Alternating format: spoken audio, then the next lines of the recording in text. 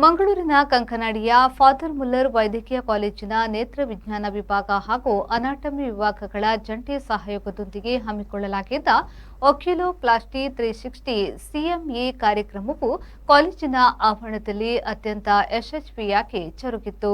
ಕಾರ್ಯಕ್ರಮದಲ್ಲಿ ಭಾಗವಹಿಸಿದ್ದ father Muller ಸಂಸ್ಥೆಯ ನಿರ್ದೇಶಕರಾದ ಫಾದರ್ ಪಾವ್ಸ್ನೆ ಲುಕಾಸ್ ಲೋಪೋ ಅವರು ದೀಪ ಬೆಳಗಿಸುವ ಮೂಲಕ ಕಾರ್ಯಕ್ರಮವನ್ನು ಉದ್ಘಾಟಿಸಿದರು.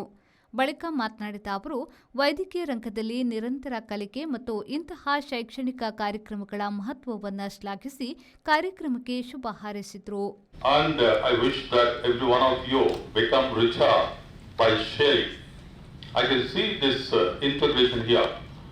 The Sangama, Triveni Sangama, the ophthalmologists, the plastic surgeons and also oculists could have been there.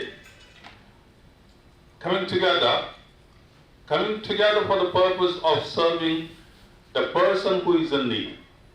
And when you come together, there is integration, there is sharing of ideas, and also sharing the skills, and finding out what is the best thing for the person collectively.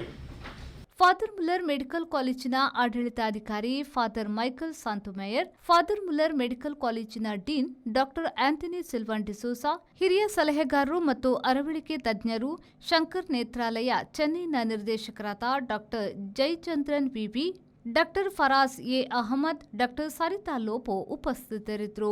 ಕಾರ್ಯಕ್ರಮದಲ್ಲಿ ವಿವಿಧ ಕಾಲೇಜುಗಳ ನೇತ್ರ ವಿಜ್ಞಾನ ಹಾಗೂ anatomy ವಿಭಾಗದ ವೈದ್ಯರು, ಸಂಶೋಧಕರು ಮತ್ತು ವಿದ್ಯಾರ್ಥಿಗಳು ಸಕ್ರಿಯವಾಗಿ ಪಾಲ್ಗೊಂಡಿದ್ದರು. ಒಕ್ಯುಲೋಪ್ಲಾಸ್ಟಿಕ್ ಕ್ಷೇತ್ರದ ಅತ್ಯಾಧುನಿಕ ತಂತ್ರಜ್ಞಾನ ಹಾಗೂ ಬೆಳವಣಿಗೆಗಳ ಕುರಿತು ಈ ಸಂದರ್ಭದಲ್ಲಿ ತಜ್ಞರು ಬೆಳಕು ಚೆಲ್ಲಿದ್ರು. On behalf of the Department of Ophthalmology, Father Muller Medical College, it is my privilege to welcome you all to this CME series, Oculoplasty 360, from blocks to Botox.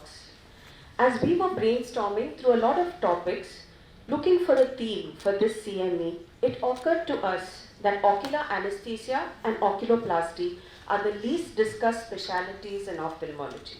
Manjunath Prasad, ವಿ4 ನ್ಯೂಸ್, ಮಂಗಳೂರು.